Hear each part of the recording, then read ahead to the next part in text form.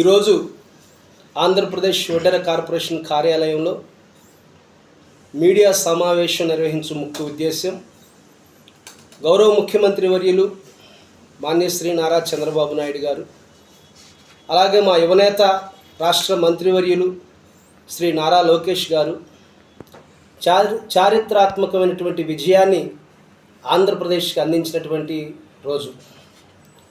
Google సంస్థను మన ఆంధ్రప్రదేశ్లో విశాఖలో ఏర్పాటు చేసినందుకు ముందుగా ముఖ్యమంత్రి వర్యులు నారా చంద్రబాబు నాయుడు గారికి, అలాగే 12 మాసాలు అహర్నిశలు కృషి చేసి ఎన్నో మార్పులు సెంటర్లో తీసుకొచ్చి ఈ యొక్క సంస్థ ఆంధ్రప్రదేశ్కి రావాలని ఒక కంకణం కట్టుకొని శ్రమించినటువంటి యువనేత నారా లోకేష్ గారికి, కూటమి ప్రభుత్వానికి, ఉప ముఖ్యమంత్రి వర్యులు పవన్ కళ్యాణ్ గారికి ఆంధ్రప్రదేశ్ రాష్ట్ర ప్రజానీకం తరపున హృదయపూర్వక కృతజ్ఞతలు, ధన్యవాదాలు తెలియజేస్తున్నాము.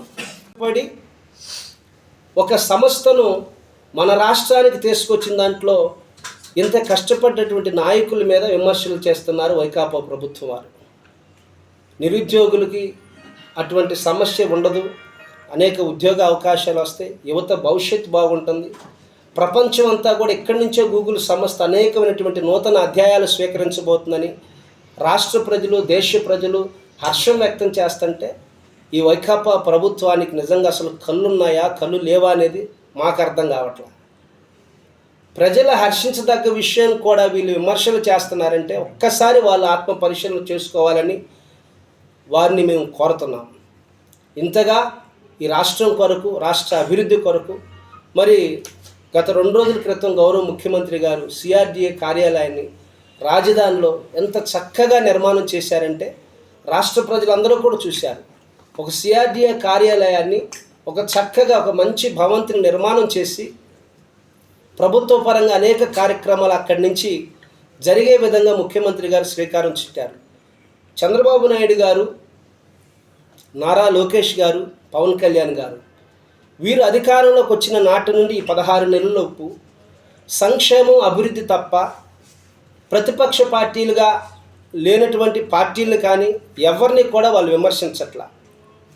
రాష్ట్ర ప్రజలకు మన వంతు మనం ఏం చేయాలి? గత 5 సంవత్సరాలు రాష్ట్రం చాలా ఇబ్బందులు పడ్డది, సమస్యలు ఎదుర్కొంది, ఆర్థిక వ్యవస్థ దెబ్బతిన్నది. ఇలాంటి రాష్ట్రాన్ని మనం ఏ విధంగా మన ప్రజలను మనం అభివృద్ధి చేయాలి?